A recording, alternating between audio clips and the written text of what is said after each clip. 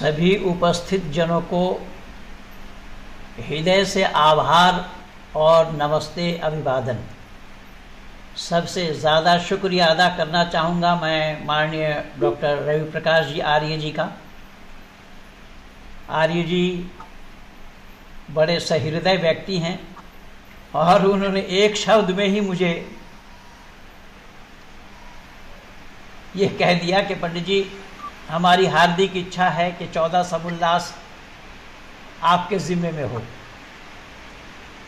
मैंने इनकी प्रार्थना को स्वीकार किया और माननीय डॉक्टर साहब का मैं बड़ा शुक्रगुजार हूँ। साथ साथ मैं शुक्रगुजार हूँ माननीय डॉक्टर आनंद बाबू का कि जिन्होंने मेरा छोटा सा परिचय आप लोगों के बीच सुनाए हैं, और मैं सभी उपस्थित जनों का अभिवादन करता हूँ।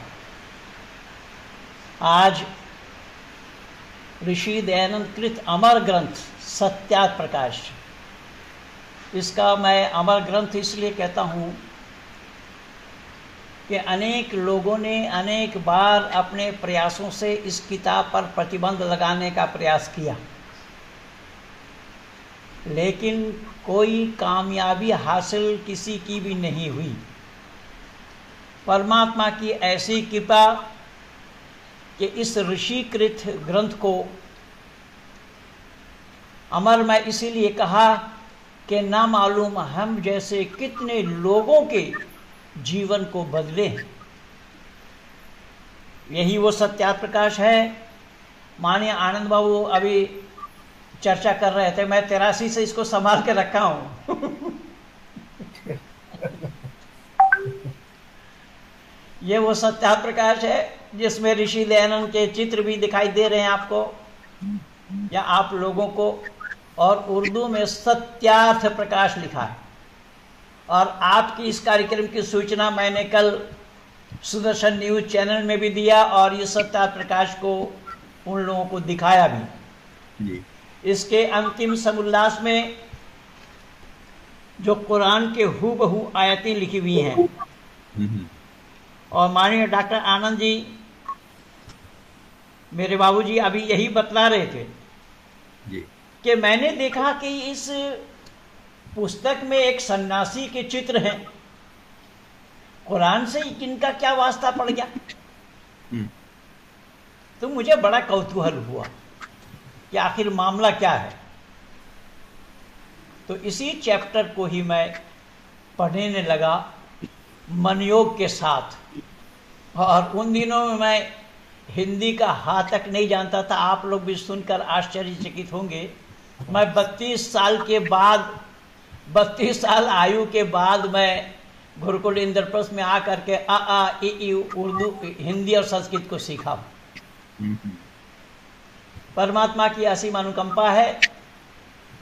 किसी वैदिक संस्कृति में सारे बच्चे पले हैं। मेरी एक बेटी जिसको अष्टाध्यायी याद है, सामवेद, यजुर्वेद, ये सारा कंठस्थ है। और ये ऋषि दयानंद की कृपा दृष्टि मेहरबानी है। मैंने सत्य को जाना, और ऋषि दयानंद की मान्यता यह है सत्य को धारण करने और असत्य को छोड़ने में सर्वदा उद्यत रहना चाहिए।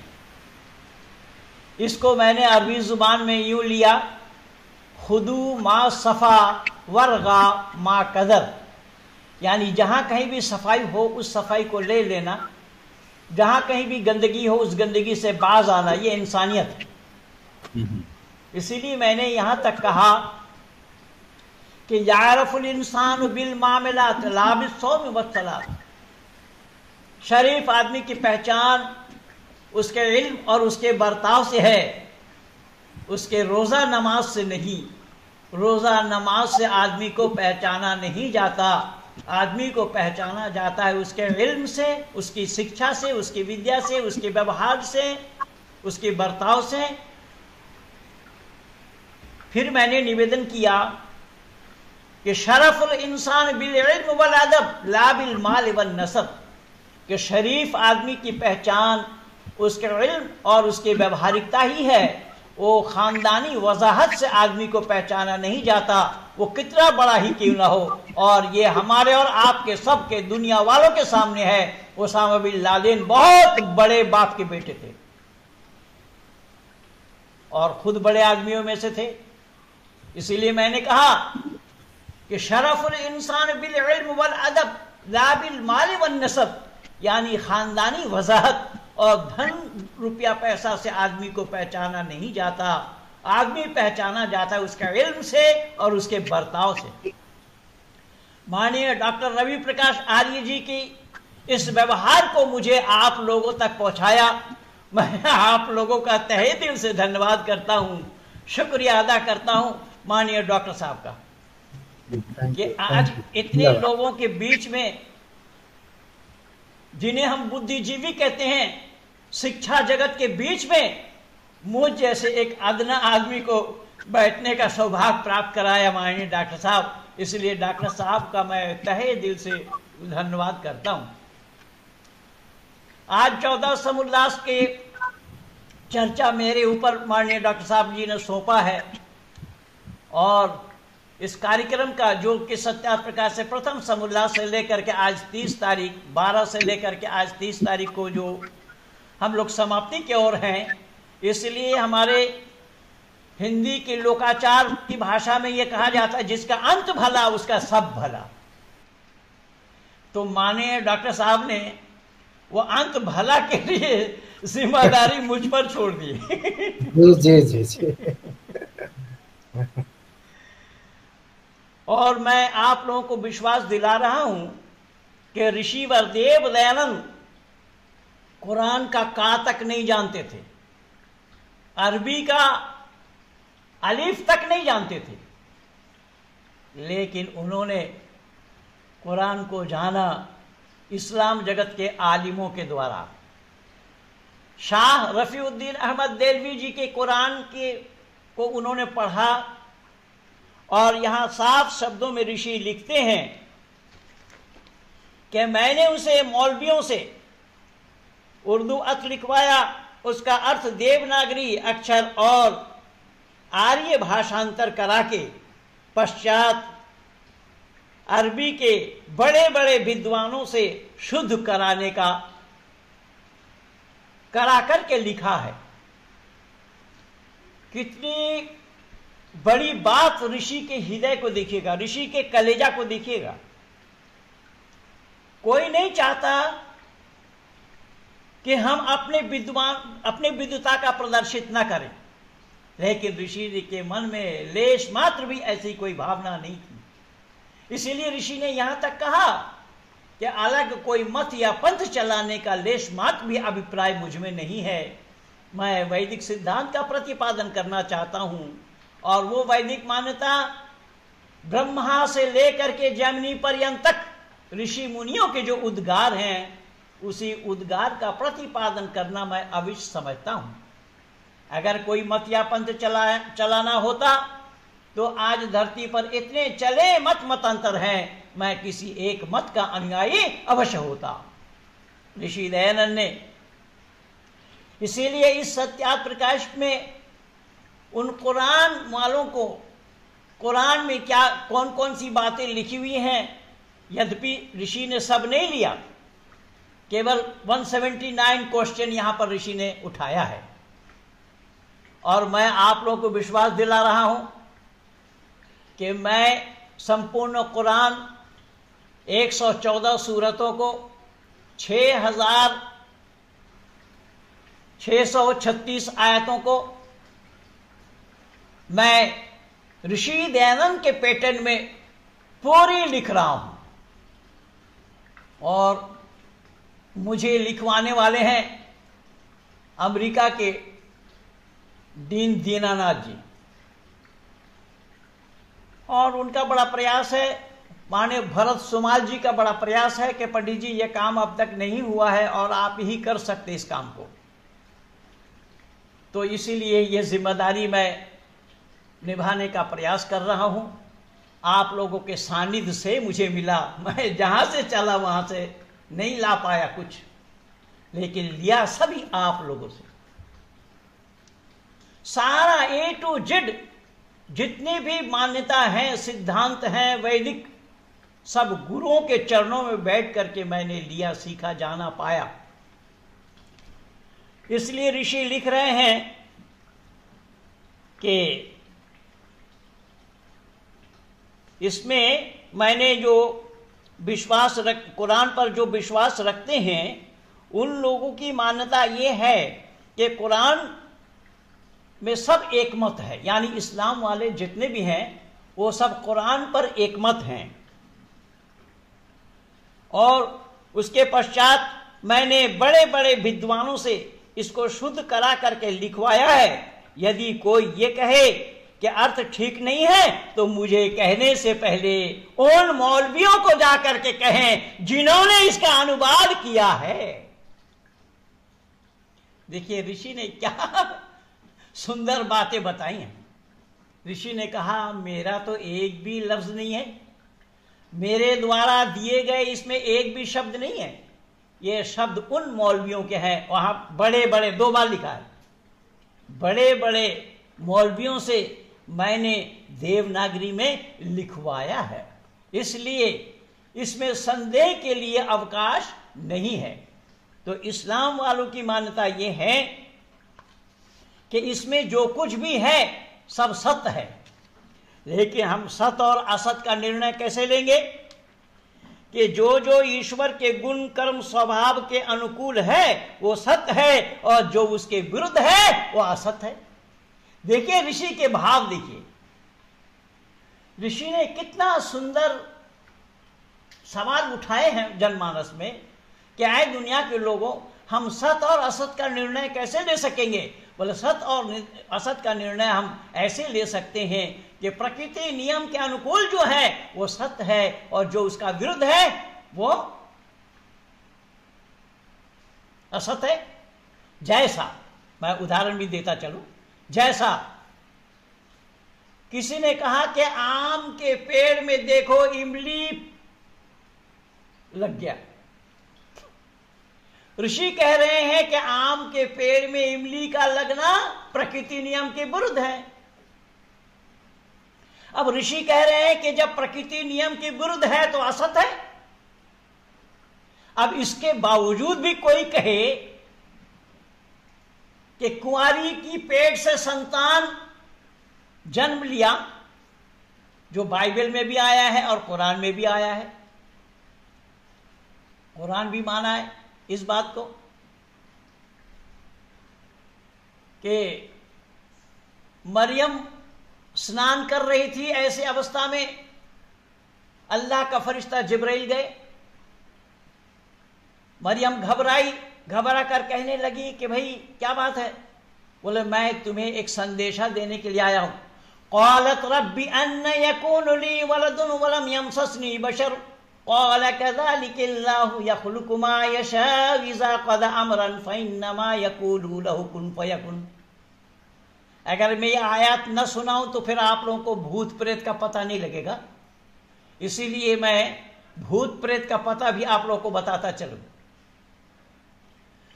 मरियम कह रही कि मैं कुंवारी हूं, मेरे शरीर में कोई पुरुष हाथ तक नहीं लगाया और मेरे पेट में संतान, ये तो नामुमकिन बात है, ये तो असंभव बात है। अल्लाह का फरिश्ता जिब्रील ने कहा अल्लाह के नजदीक असंभव नाम की कोई चीज नहीं है, वो एक बार कह देता है हो जा, बस हो जाता है।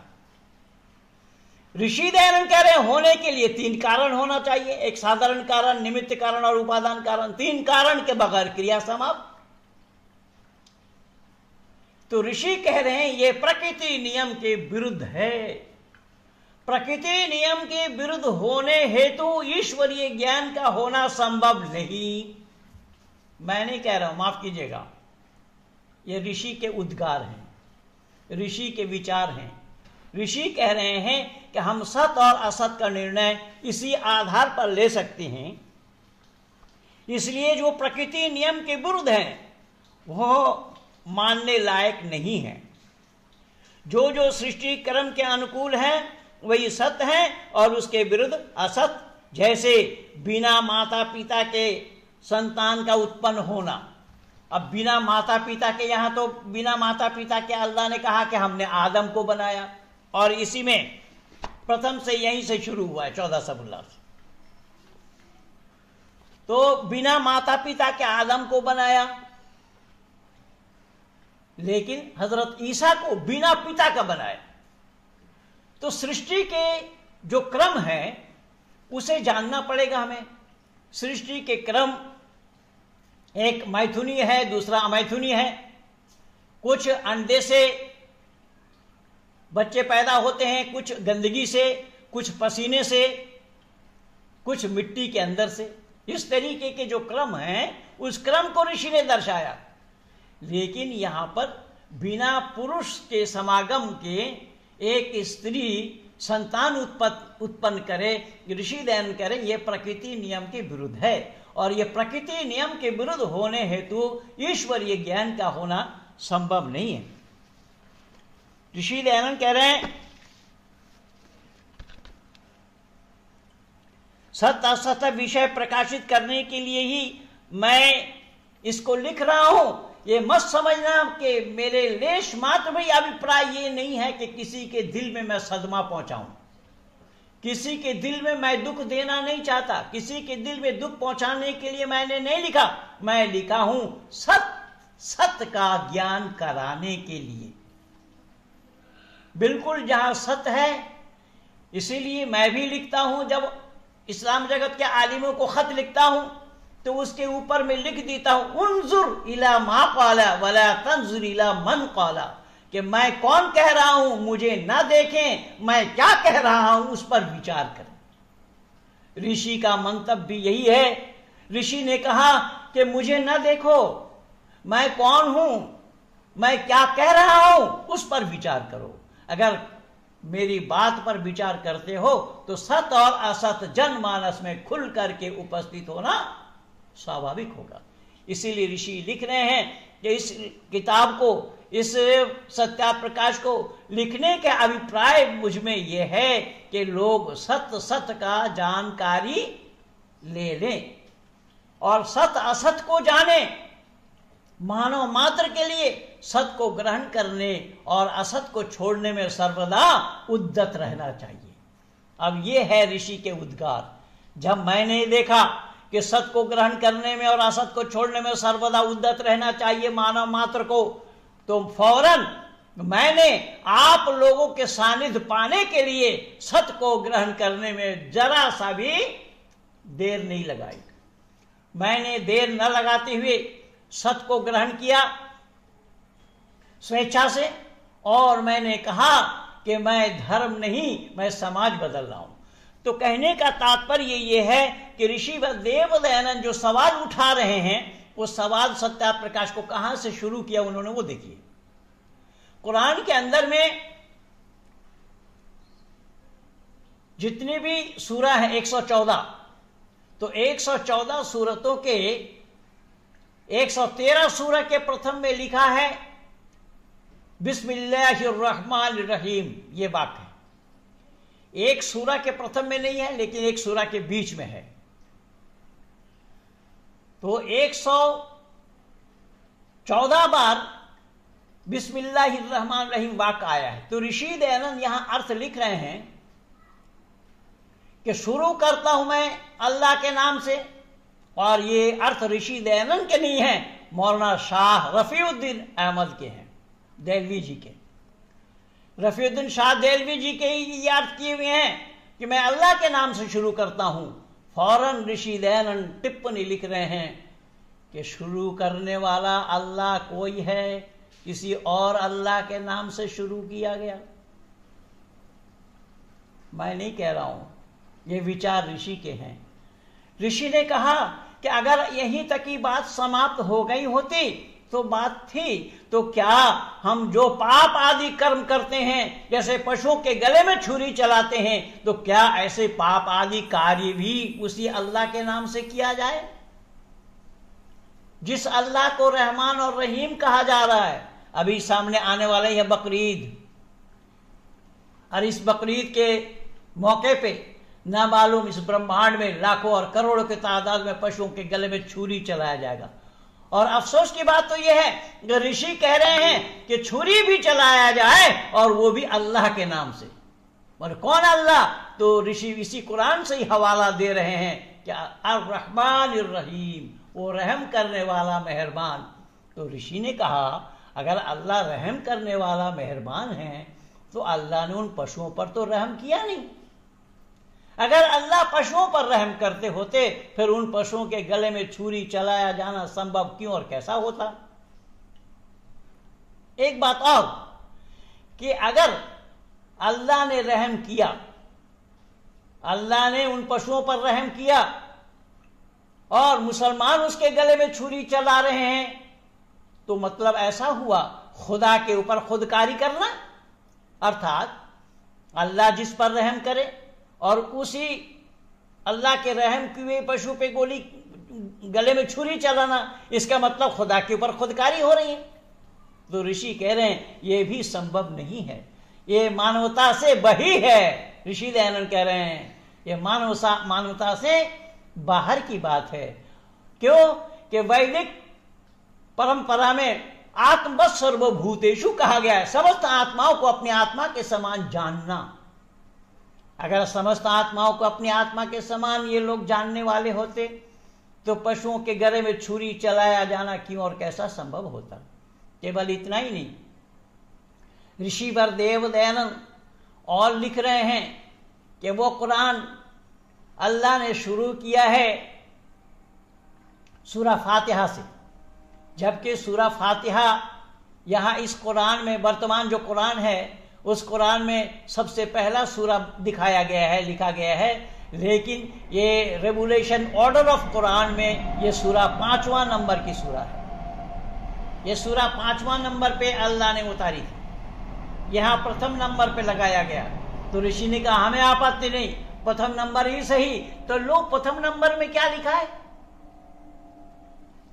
तो वहां लिखा गया अल्हम्दुलिल्लाहि रब्बिल आलमीन, तमाम तारीफें अल्लाह के लिए हैं।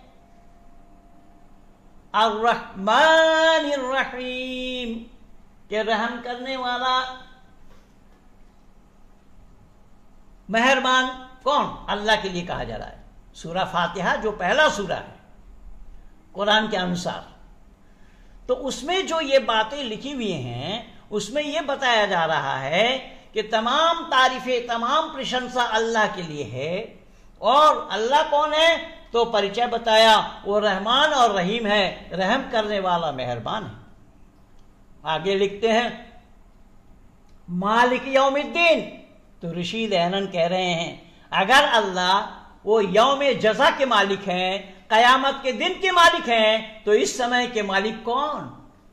मैंने कह रहा हूं, सत्ता प्रकाश आप लोगों के सामने है, खोल करके देख लीजिए। ऋषि लिख रहे हैं कि अगर वो कयामत के दिन के मालिक हैं तो इस समय का मालिक कौन।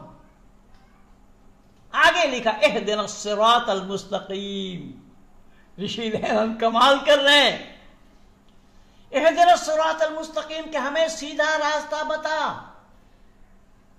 तो सीधा रास्ता कौन मांग रहे हैं, अल्लाह। तो सीधा रास्ता अगर अल्लाह मांग रहे हैं तो इससे मतलब यह हुआ किसी और अल्लाह से ही मांगा जा रहा है। और कुरान में आप देखेंगे एक वचन में अल्लाह का नाम नहीं आया। अंग्रेजी में वी लिखा, WE, वी माने हम, और बहुवचन में आया है, एक वचन में अल्लाह का नाम नहीं आया, अल्लाह नहीं आए।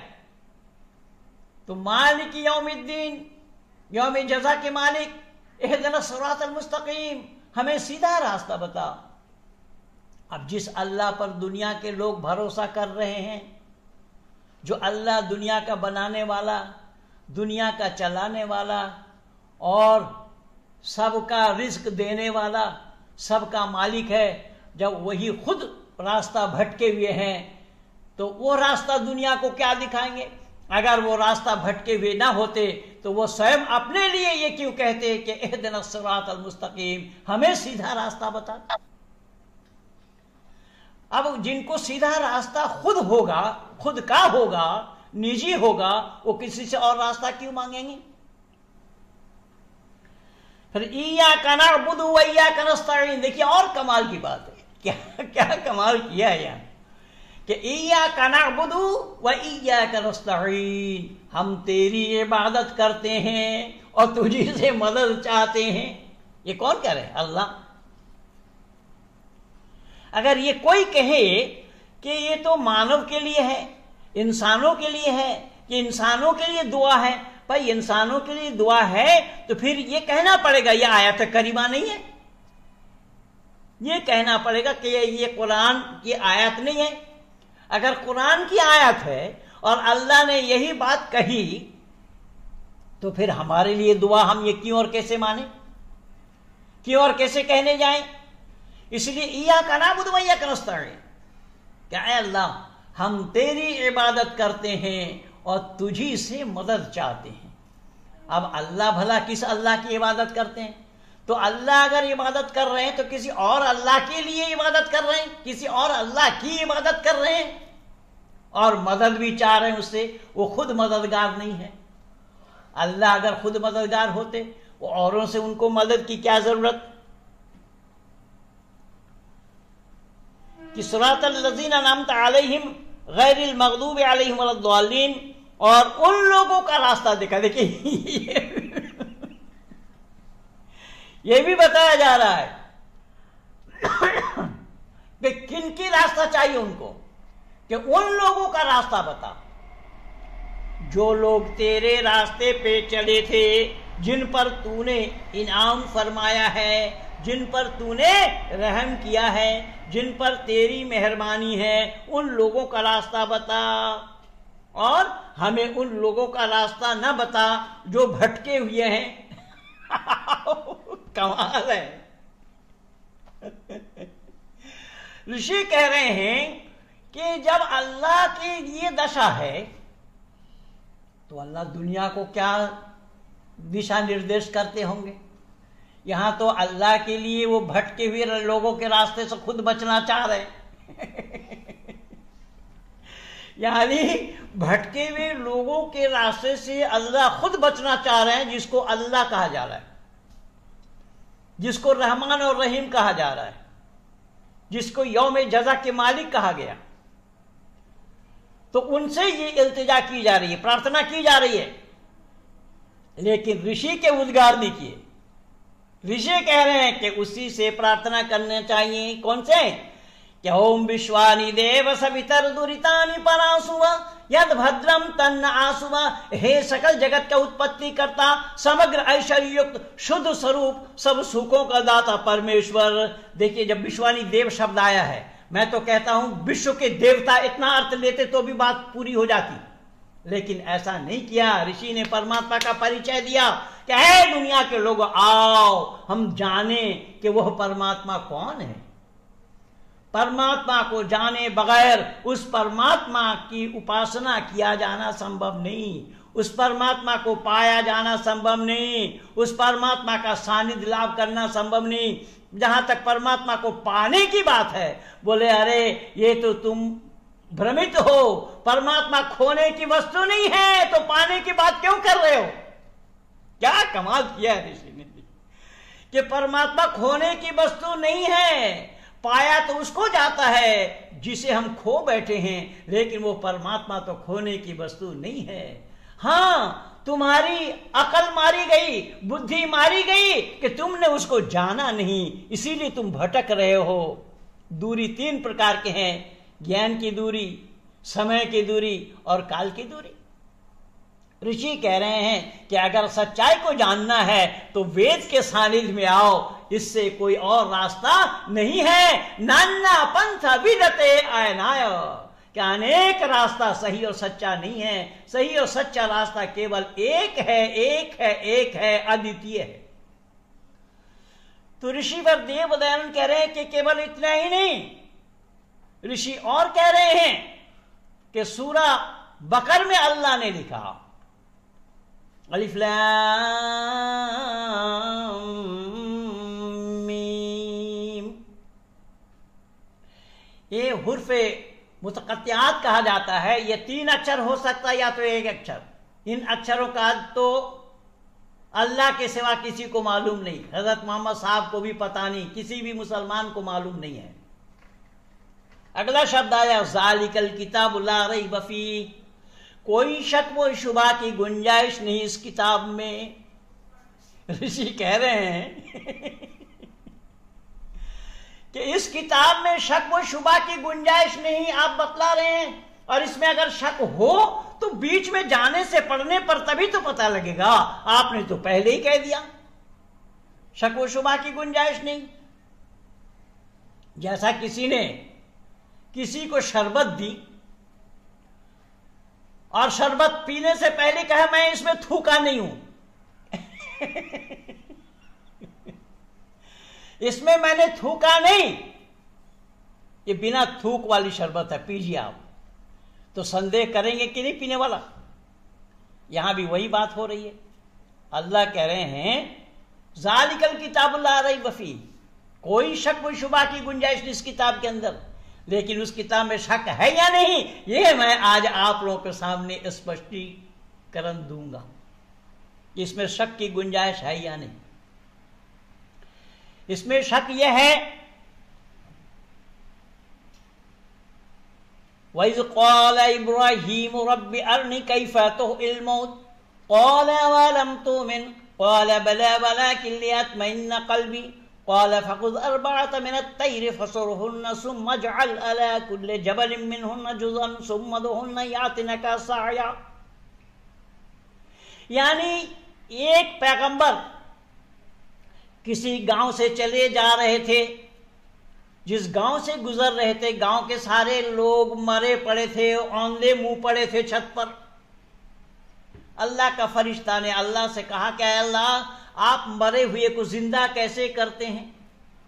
अल्लाह ने कहा विश्वास नहीं, बोले विश्वास तो है लेकिन मैं देखना चाहता हूं।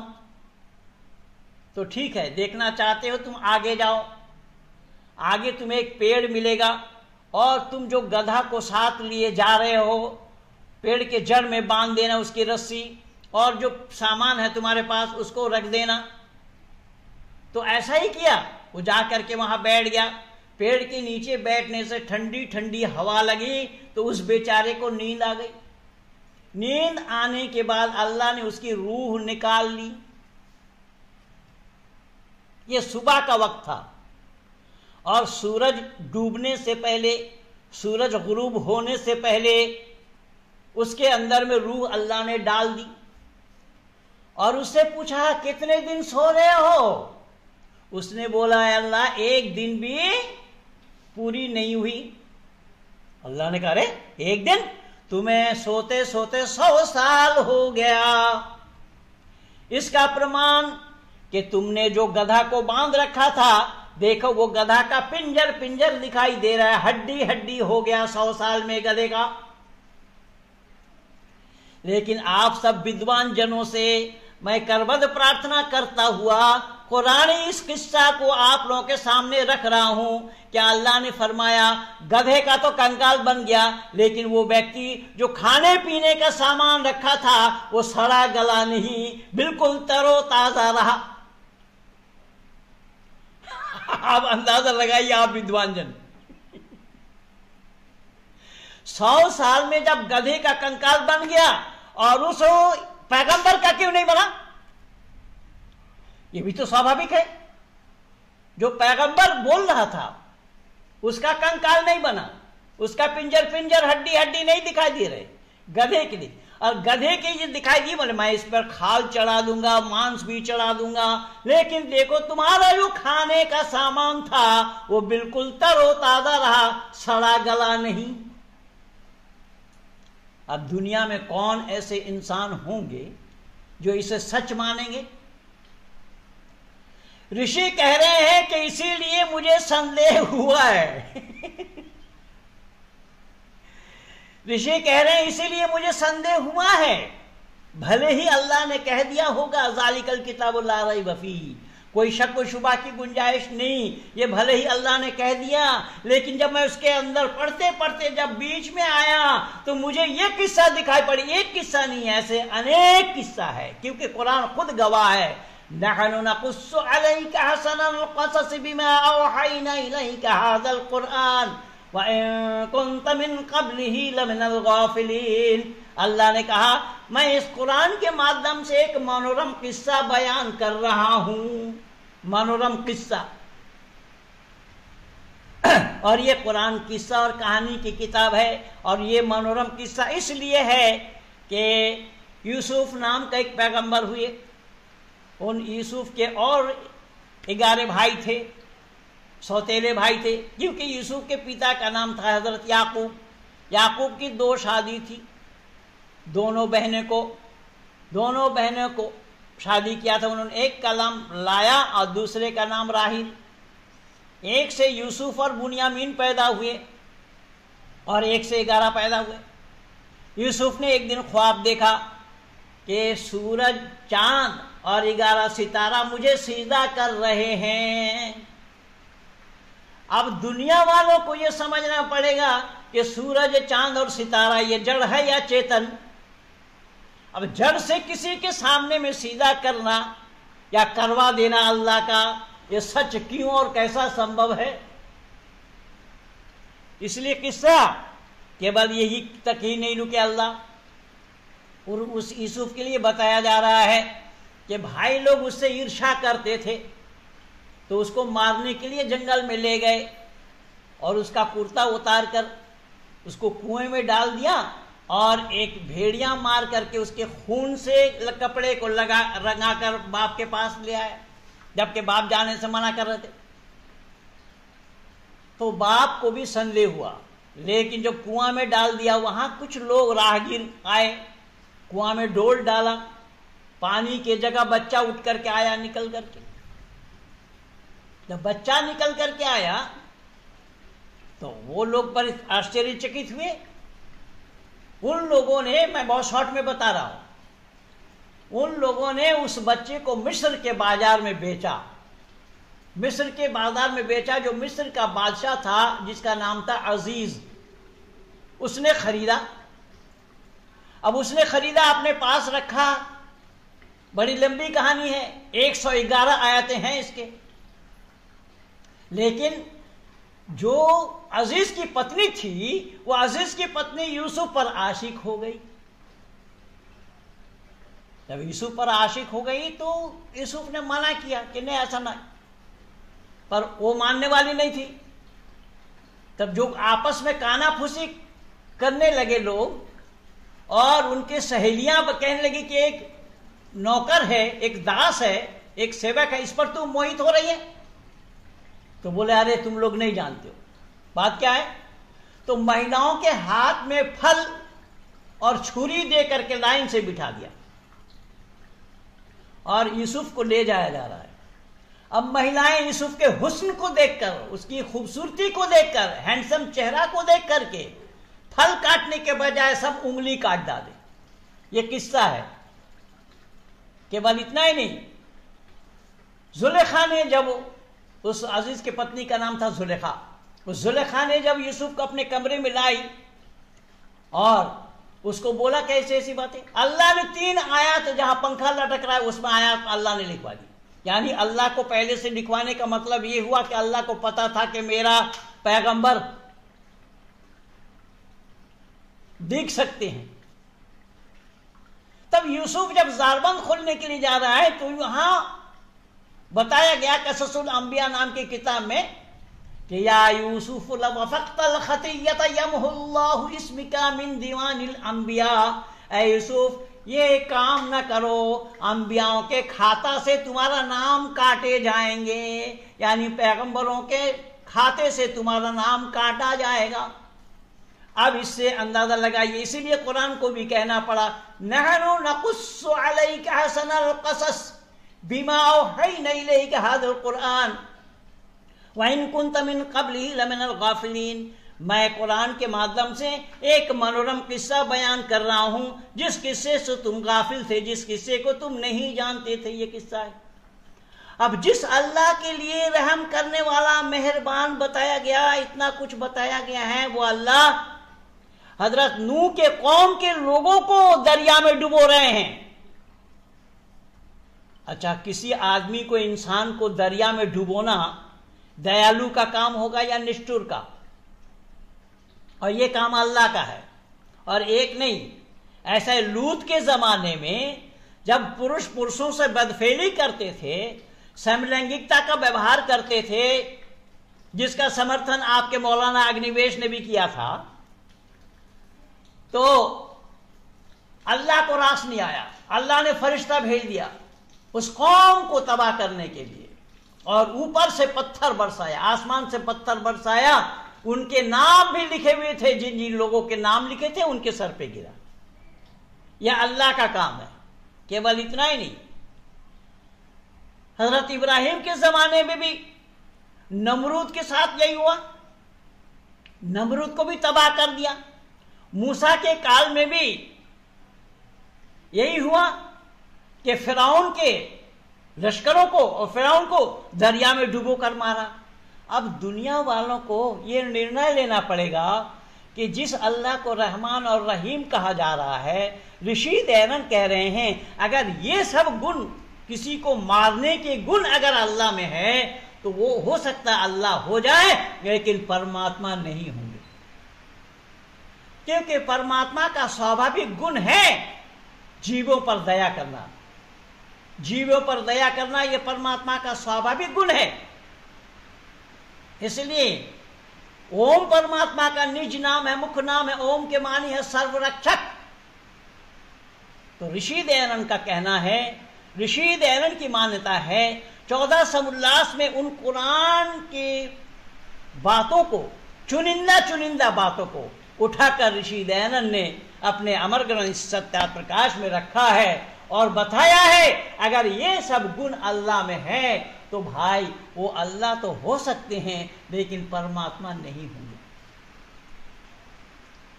क्योंकि परमात्मा इच्छा आदि गुणों से रहित है और अल्लाह की इच्छा होती है। जैसा ये कहते हैं वमा तशाऊन इल्ला यशा अल्लाह रब्बुल आलमीन, अल्लाह जो चाहता है वही होता है, अल्लाह जो नहीं चाहता नहीं होता। तो मैं इस पर सवाल उठाया सुदर्शन न्यूज चैनल में कि अल्लाह जो चाहता है वही होता है, जो नहीं चाहता नहीं होता। तो भाई वसीम रिजवी जो एक शिया हैं और उत्तर प्रदेश में शिया वक्फ बोर्ड के वो चेयरमैन भी हैं, तो उन्होंने सुप्रीम कोर्ट में 26 आयतों पर प्रतिबंध लगाने के लिए PIL डाला है और उसी पर सुदर्शन न्यूज चैनल में प्रोग्राम चल रहा है। मुझे वहां पर अंपायर बनाया गया। तो मैंने सवाल उठाया कि जब वसीम रिजवी ने इस पर प्रतिबंध लगाने के लिए PIL दाखिल किया है और सुदर्शन न्यूज चैनल में कार्यक्रम चल रहा है, तो अल्लाह ने चाहा या नहीं? क्यों? इनकी मान्यता है अल्लाह जो चाहता है वही होता है, जो नहीं चाहता नहीं होता। लेकिन हमारे यहां परमात्मा इच्छा आदि गुणों से रहित है, इसलिए परमात्मा की चाह नहीं होती। दुर्भाग्य यह है कि अल्लाह की चाह होती है और इनको कहने से ये जवाब भी नहीं दे पाते हैं और ये कहेंगे अल्लाह की इच्छा इसमें नहीं है। क्यों भाई? अल्लाह की इच्छा के बगैर पेड़ के पत्ते तक नहीं हिलते हैं, तो वसीम रिजवी की इस कार्य में अल्लाह की इच्छा क्यों ना हो, क्यों नहीं है? या भारत के सैनिकों के द्वारा पाकिस्तान में जो सैनिक स्ट्राइक हुआ उसमें अल्लाह की इच्छा थी या नहीं थी? या चीन में जो मुसलमानों की दुर्गति हुई है उसमें अल्लाह की इच्छा है या नहीं है? उसमें अल्लाह की इच्छा थी या नहीं थी? ऋषि दयानंद कह रहे हैं अल्लाह की इच्छा होती है लेकिन परमात्मा की नहीं। मैं छोटा सा उदाहरण दे देता हूं जब तक आपका समय भी पूरा हो जाएगा। ऋषि दयानंद कितना सुंदर माकूल जवाब दिया है कि ऐ दुनिया के लोगों, तुम नमाज पढ़ते हो, अल्लाह का अदब बजा लाते हो, तुम्हारे नमाज पढ़ने से अल्लाह खुश होते हैं। अगर तुम्हारे नमाज पढ़ने से अल्लाह खुश होते हैं, मतलब यह हुआ कि नमाज पढ़ने से पहले अल्लाह नाखुश थे। भाई जो नाखुश ना हो उसको खुश करने का क्या मतलब?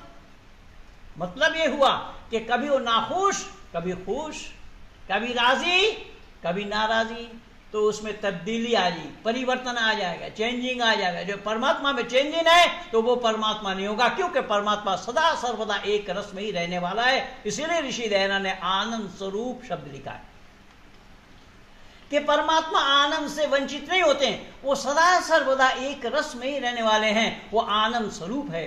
लेकिन दुनिया वालों ने इस सच्चाई को जानने का प्रयास नहीं किया और हर एक मिलकर के यही काम करते हैं। हमारे आर्य समाज में भी हमारे भजन उपदेश के लोग सुनाते हैं, जल्दी प्रसन्न होते हैं भगवान यज्ञ से, जबकि प्रसन्न होने का कोई सवाल ही पैदा नहीं होता। अगर यश से प्रसन्न होंगे तो यश करने से पहले परमात्मा को आप प्रसन्न रहना पड़ेगा। तो अगर हम उनको कहेंगे तो अपने पास भी वही बात क्यों और कैसे आना संभव होगा? ऋषि कह रहे हैं नहीं। ऋषि ने एक उदाहरण दिया, एक मिसाल दिया। क्या मिसाल दिया? कि ओम प्राणाय नमो यश सर्वम विदम वशे यो भूतः सर्वेश सरो यस्मिनात् सर्वम प्रतिष्ठितम। क्या है दुनिया के लोगों, हम मानव कहलाने वाले परमात्मा की उपासना करते हैं और मानव से इतर कोई और प्राणी नहीं है जो परमात्मा की उपासना करे। लेकिन साथ साथ ये भी मैं बता दूं आप लोगों को कि अल्लाह के पास जीव जंतु भी इबादत करते हैं, लेकिन वैदिक संस्कृति में नहीं।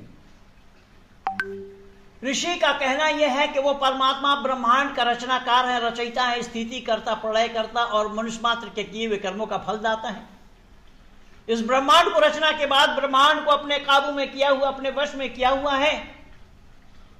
उदाहरण के रूप में कि जो लोग प्रसन्न होते हैं परमात्मा बताते हैं, तो उदाहरण ऋषि का है। ऋषि ने यह बताया कि जैसा हमारा हाथ है, हाथ जिस काम को करता है, काम को करना बंद कर दे और आत्मा से कहे कि मैं तुम्हारा शरीर का एक पार्ट हूं, अंग हूं, हाथ मेरा नाम है, मैं काम करना बंद कर देता, तुम शरीर संभालो। तो ऋषि कह रहे हैं कि आत्मा का जवाब यह होगा, आत्मा ये कहेगी कि अभी बंद करो, जाओ। बिना हाथ वाले लोग भी दुनिया में जी रहे हैं। अर्थात हाथ के काम करना बंद कर देने पर आत्मा का कुछ भी नहीं बिगड़ा। पांव बंद कर दे तो बिना पैर वाले लोग जी रहे हैं, आंख देखना बंद कर दे तो बिना आंख वाले लोग जी रहे हैं, जुबान बोलना बंद कर दे तो गूंगे लोग भी जी रहे हैं, कान सुनना बंद कर दे तो बहरे लोग भी जी रहे हैं। कहने का तात्पर्य मेरा यह है, स्थूल शरीर अगर काम करना बंद कर दिया लेकिन आत्मा का कुछ नहीं बिगड़ा। अंदाजा लगा लीजिए कि आत्मा अभी शरीर से यह कहे कि मैं तुम्हारे शरीर में हूं, मेरा नाम आत्मा है, मैं अपना काम करना बंद कर देती हूं, तुम संभालो। तो अब ये क्या कहेंगे? अंग प्रत्यंग हाथ जोड़ करके कहेंगे महाराज ना ना ना, आप इस शरीर को ना छोड़ें कि आपके शरीर छोड़ने से हम सब के सब बेकार हो जाएंगे। ऋषि कह रहे हैं यहां यही प्रमाण है। हम उपासना करते हैं परमात्मा की, ये हम उपासना करके हम मानवता का परिचय देते हैं कि हम मानव हैं। अगर इसी आशा से करें तो बोले कभी भी संभव नहीं है। इसीलिए योगेश्वर कृष्ण ने कहा, इन्हीं उपदेश को दिया, मां फलेषु कदाचना, फल की उम्मीद न रखते हुए, फल की आशा न रखते हुए काम को करो। इसीलिए मैं सुनाऊंगा आप लोगों को कि इबादत करते हैं जो लोग जन्नत की तमन्ना में, इबादत तो नहीं है एक तरह की, वो तो रिश्वत है। ऋषि कह रहे हैं कि उसको इबादत नहीं कहा जाएगा, उसको घूस कहा जाएगा, रिश्वत कहा जाएगा। लोगों ने स्वेच्छा से नमाज नहीं पढ़ी, इबादत नहीं किया, जन्नत में जाने के ख्वाहिश थे, अगर नहीं करेंगे तो दोज़ख में जाना पड़ेगा। तो उन लोगों के लिए भी मैं बोला, मगर जो डर कर नारे दोज़ख से खुदा का नाम लेते हैं, कहां की बंदगी है? बुज़दिलाना एक हरकत है, यह मूर्खता का एक परिचय है, क्योंकि स्वेच्छा से नहीं, वो जहन्नुम के आग से डर करके इबादत कर रहा है। ऋषि की मान्यता यह है, मगर जब शुक्र नेमत से जबी झुकती है बंदे की, यह सच्ची बंदगी है, एक शरीफाना इबादत है। जब मानव अपने आप में सरेंडर कर देता है, क्या परमात्मा मुझे कोई फल की आशा नहीं है, जैसा कि योगेश्वर कृष्ण ने कहा है कि मां फलेषु कदाचना, फल की आशा न रखते हुए काम करो। ये हम आर्य लोग जो यज्ञ करते हैं, उस यज्ञ में भी आहुति यही डालते, इदन्नवम, ये मेरा नहीं है। ये जो वैदिक संस्कृति है, इस वैदिक संस्कृति को मैं आज 38 वर्षों में अपने जीवन में उतारा हूं और मुझे खुशी इस बात से है कि माननीय डॉक्टर साहब की ऐसी मेहरबानी हुई मुझ पर कि आप जैसे महानुभावों से मुझे मिला दिया। मेरे जैसा खुशकिस्मत वाला कौन होगा जो इस तरीके से आज कंटिन्यू सत्यार्थ प्रकाश की एक एक समोल्लास पर एक एक विद्वानों के विचार आप लोगों के बीच में रखा गया है। आज अंतिम विचार और अंतिम समोल्लास पर जो ऋषि दयानंद के सत्यार्थ प्रकाश के 14 समोल्लास है, उसी 14 समोल्लास में कुरान विषय है।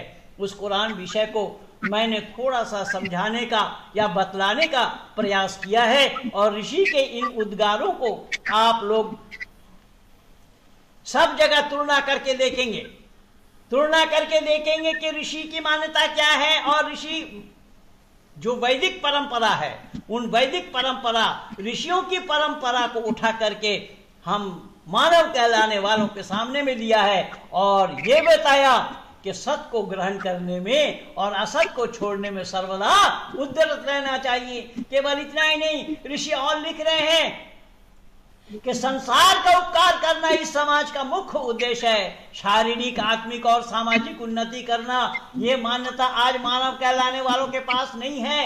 ये है अगर तो केवल और केवल ऋषि के अनुयायियों के पास है। केवल इतना ही नहीं, ऋषि ने और लिखा नवा नियम में कि अपनी उन्नति में संतुष्ट न रहना चाहिए, किंतु सबकी उन्नति में अपनी उन्नति समझनी चाहिए। ये जो ऋषि के उद्गार हैं, ये जो ऋषि के विचार हैं, ये विचार अन्यों के द्वारा पाया जाना संभव नहीं। ऋषि 8वां नियम में और लिखते हैं, ये तुम कब कब करोगे, कब कर पाओगे? बोले अविद्या का नाश और विद्या की वृद्धि करनी चाहिए। कि जब तक तुम अविद्या का नाश नहीं चाहोगे तो विद्या की वृद्धि नहीं हो पाएगी। तो मैं समझ रहा हूं कि समय करीब हो रहा है, आप लोग मुझे रोक नहीं रहे हैं और मैं एक संपूर्ण आर्य जगत में एक बीमार आदमी हूं। मेरा कंटिन्यू बोलने का अभ्यास 6 घंटा 10 मिनट का है। कोई नहीं, आप बोल सकते हैं 10-5 मिनट। तो कहने का तात्पर्य मेरा यह है कि इसी प्रकार ऋषि वरदेव दयानंद ने दुनिया वालों के सामने यह उजागर किया है कि आए दुनिया के लोगों, सत्य का प्रतिपादन करना यह मनुष्य मात्र का कर्तव्य है। अगर सत्य को आचरण में नहीं लाया, सत्य को अपने जीवन में नहीं उतारा, वो मानव कहलाने के हकदार अधिकारी नहीं है। इसलिए छोटी सी एक पहेली सुना देता हूं कि 2 शब्द है, क्योंकि पक्ष 2 है, सीधा उल्टा, धर्मात्मा दुरात्मा। तो धर्मात्मा का काम क्या है?